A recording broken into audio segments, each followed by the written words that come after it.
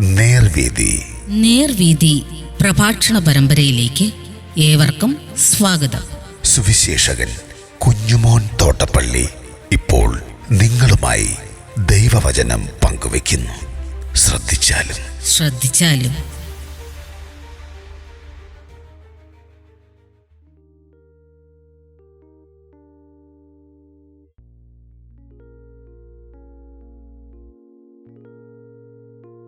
അപ്പോസ്തലന്മാർക്ക് തടവും വിടുതലും.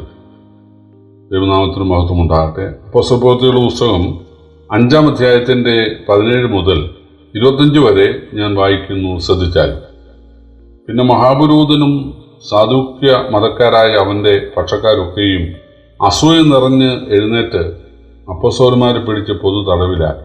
രാത്രിയിലോ കർത്താവിൻ്റെ ദൂതൻ കാരാഗൃഹ വാതിൽ തുറന്ന് അവരെ പുറത്ത് കൊണ്ടുവന്നു. നിങ്ങൾ ദേവാലയത്തിൽ ചെന്ന് ഈ ജീവന്റെ വചനം എല്ലാം ജനത്തോട് പ്രസ്താവിപ്പീൻ എന്ന് പറഞ്ഞു. അവർ കേട്ട് പുലർച്ചയ്ക്ക് ദേവാലയത്തിൽ ചെന്ന് ഉപദേശിച്ച് കൊണ്ടിരുന്നു. മഹാപുരോഹിതനും കൂടെയുള്ളവരും വന്ന് ന്യായാധിപ സംഘത്തെയും ഇസ്രായേൽ മക്കളുടെ മൂപ്പന്മാരെയും എല്ലാം വിളിച്ചുകൂട്ടി അവരെ കൊണ്ടുവരുവാൻ തടവിലേക്ക് ആളയച്ചു. സേവകർ ചെന്നപ്പോൾ അവരെ കാരാഗൃഹത്തിൽ കാണാതെ മടങ്ങി വന്നു.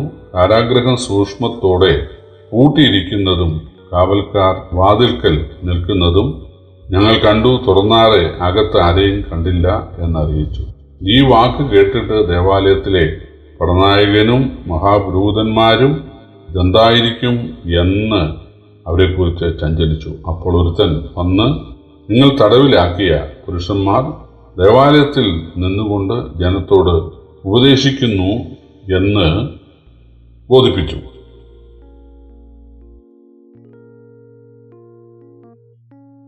അപ്പോസ്തലന്മാരും അന്നത്തെ യെരുശലേമിലെ വിശ്വാസികളും അനന്യാസിന്റെ സഫീറയുടെയും ആ മരണനിമിത്തം അവർക്ക് ഒരു ഭയമുണ്ടായി, അവർക്ക് കുറച്ചുകൂടെ ഭക്തി ഉണ്ടായി.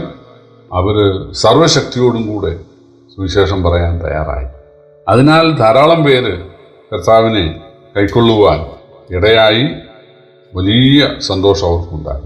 പക്ഷേ നമ്മൾ വായിക്കുന്നത് 17-ാം വാക്യം, ആ മഹാപുരോഹിതന്മാർക്കും സാധുക്കർക്കും അസൂയ ഉണ്ടായി. വാസ്തവത്തിൽ യേശുക്രിസ്തുവിനെ പിടിച്ചതും കൊന്നതും ഒക്കെ അസൂയ നിമിത്തമാണ്.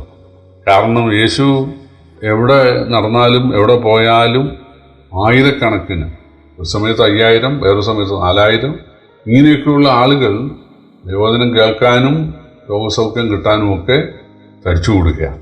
ഈ മഹാപുരോഹിതൻ്റെ പുറകെ ഒരാളുമില്ല.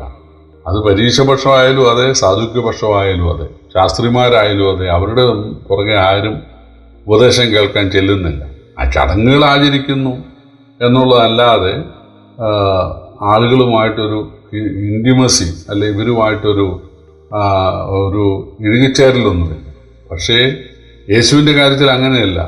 അവർക്ക് രാത്രി എന്നില്ല, പകലെന്നില്ല, അവർ യേശുവിനോട് കൂടെയാണ്.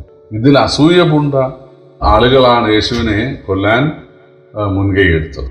ഇവിടെ അതേ വികാരമാണ് ഇപ്പോൾ ഈ മഹാപുരോഹിതന്മാർക്കും സാധുക്കർക്കും എല്ലാം ഉള്ളത്.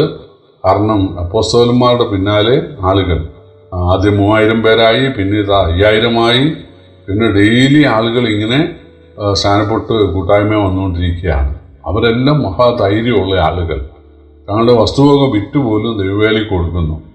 യെരുശലേം ദേവാലയത്തോട് ബന്ധപ്പെട്ട് അവർ ജീവിച്ച കാലത്ത് ദശാംശമല്ലാതെ കൃത്യം എണ്ണിപ്പറക്കി അതല്ലാതെ വേറൊന്നും കൊടുക്കുമായിരുന്നില്ല. ഇപ്പം അതല്ല, അവരുടെ നിലം തന്നെ കൊടുത്തിരിക്കുകയാണ്. അസൂയ ഉണ്ടാകാതിരിക്കുമോ? അതുകൊണ്ട് ഈ മഹാപുരോഹിതന്മാർക്കും കൂട്ടർക്കും അസൂയ ഉണ്ടായി. ഇവരെ പിടിച്ച് തടവിലാക്കി. ഇവരെ തടവിലാക്കിയാൽ എങ്ങനെ പ്രസംഗിക്കും? അവിടെ കിടക്കട്ടെ എന്ന് വിചാരിച്ച് തടവിലാക്കി. കാവൽക്കാരെ ചട്ടം കെട്ടി ഒരുത്തിനെ പുറത്ത് വിടരുതെന്ന്. അവിടെ ധാരണ ഇവർ ജയിലിൽ ചാടുമെന്നാണ്. പ്രിയപ്പെട്ടവരെ, അപ്പോസ്തലന്മാരൊക്കെ ഒരു രാജ്യത്തിൻ്റെ നിയമം അനുസരിക്കുന്നവരാണ്. ദൈവമക്കൾ ഏത് കാലത്തും അവർ ബസ്സിന് കല്ലെറിയുന്നവരോ അല്ലെങ്കിൽ സർക്കാർ സ്ഥാപനങ്ങൾ ഉപരോധിക്കുന്നവരോ കരാവ് ചെയ്യുന്നവരോ ഒന്നുമല്ല. അവർ ഒരുമിച്ച് കൂടി ദൈവത്തോട് അക്കാര്യം പറയും, പ്രാർത്ഥിക്കുമെന്നല്ലാതെ അവരൊരു പ്രക്ഷോഭത്തിന് തയ്യാറാകത്തില്ല. യേശു ഒരിക്കലും ചെയ്തിട്ടില്ല, അപ്പോസ്തലന്മാർ ചെയ്തിട്ടില്ല. പക്ഷേ ജയിലിൽ ചാടും എന്ന് വിചാരിച്ച് കാവൽക്കാരെയൊക്കെ ആക്കി. പക്ഷെ സംഭവിച്ചത്, നേരം വെളുക്കാറായപ്പോൾ കർത്താവിൻ്റെ ഒരു ദൂതൻ ചെന്നിട്ട് അവരെ പുറത്തു കൊണ്ടുവന്നു. അപ്പോഴും വാതിലവിടെ അടഞ്ഞ പോലെ കിടപ്പുണ്ട്. കാവൽക്കാർ അവിടെ ഓർക്കം തൂങ്ങി അവിടെ കഴിയുന്നുണ്ട്. വെളുപ്പിനെ മഹാപുരോഹിതന്മാരും ശാസ്ത്രിമാരും ഒക്കെ അവന്മാരെ വരുത്തി നമുക്ക് അവരെ ഭേദ്യം ചെയ്യണം, അടിക്കണം, അവരെ പീഡിപ്പിച്ച് അവരെ ഓടിക്കണം. അതിനുവേണ്ടി ആളെ അയച്ചു. അവർ ചെന്ന് അതിന് തുറന്ന് നോക്കിയപ്പോൾ അവിടെ ആരുമില്ല. കാവൽക്കാരവിടെ കാത്തുകൊണ്ടിരിക്കുന്നുണ്ട്. അപ്പോഴൊരുത്തം വന്ന് പറഞ്ഞു, നിങ്ങൾ തടവിലാക്കിയ ആളുകൾ ദേവാലയത്തിൽ ചെന്ന് പ്രസംഗിക്കുന്നുണ്ടെന്ന് പറഞ്ഞു. അവർ കോപക്രാന്തരായി. അവര് ഇതെന്തായിരിക്കുമെന്ന് ചഞ്ചലിക്കാൻ ഇടയായി. പ്രിയപ്പെട്ടവര്, ഏതു കാലത്തും യേശുവിൻ്റെ ആളുകളെ തടവിലാക്കിയാൽ ദൂതൻ ചെന്ന് ഇറക്കുമെന്നൊന്നും ഇതിനകത്ത് അർത്ഥമില്ല. മറിച്ച് തീർച്ചയായിട്ടും ഇത് ദൈവികമാണ്. കർത്താവായ യേശു ദൈവമാണ്.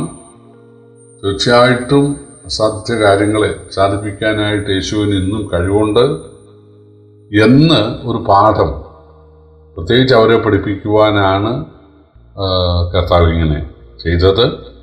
എത്രയോ രാജ്യങ്ങളിൽ, നോർത്ത് കൊറിയയെ പോലുള്ള എത്രയോ രാജ്യങ്ങളിൽ ആളുകൾ കഠിനമായി പീഡ അനുഭവിച്ചുകൊണ്ടിരിക്കുകയാണ്. അതുപോലെ ഒരുപാട് രാജ്യങ്ങളിൽ ക്രിസ്ത്യാനികൾ തടവിലാണ്. ദൈവത്തിന് ശക്തിയില്ലാഞ്ഞിട്ടല്ല. കർത്താവ് പറഞ്ഞു അതുണ്ടാകും, നിങ്ങൾ സഹിക്കണം. നിങ്ങളുടെ ശരീരത്തിൽ ചിലവർ കൊല്ലും, സാരമില്ല, നിങ്ങൾ ഉയർക്കുമല്ലോ. അതുകൊണ്ട് നിങ്ങൾ തള്ളിപ്പറയരുത്. എന്ത് പീഡ ഉണ്ടായാലും നിങ്ങൾ ദൈവത്തെ തള്ളിപ്പറയാതെ നിങ്ങൾ പിടിച്ചു നിൽക്കണം. ഉഴുന്നേ കൊല്ലട്ടെ. ഇതാണ് യേശുവിൻ്റെ ഉപദേശം. പ്രിയപ്പെട്ടവരെ, അപ്പോസ്തലന്മാർക്ക് ധൈര്യം ഉണ്ടാകാൻ വേണ്ടി, ഞാൻ കൂടെ ഉണ്ട് എന്നുള്ള ധൈര്യം അവർക്കുണ്ടാകാൻ വേണ്ടിയാണ് വാസ്തവത്തിൽ ഇങ്ങനൊരു അത്ഭുതം ഉണ്ടാകാൻ ഇടയായത്. അത് നമ്മെ സഹായിക്കട്ടെ. തീർച്ചയായിട്ടും സുവിശേഷം ദൈവികമാണ്. അത് പറയുവാൻ ദൈവം നമ്മെ ധൈര്യപ്പെടുത്തട്ടെ. കർത്താവ് നമ്മോട് കൂടെയുണ്ട് എന്ന് കർത്താവ് ഇവിടെ തെളിയിച്ചിരിക്കുകയാണ്. കർത്താവിൻ്റെ വലിയ നാമം വാഴ്ത്തപ്പെടുമാറാകട്ടെ.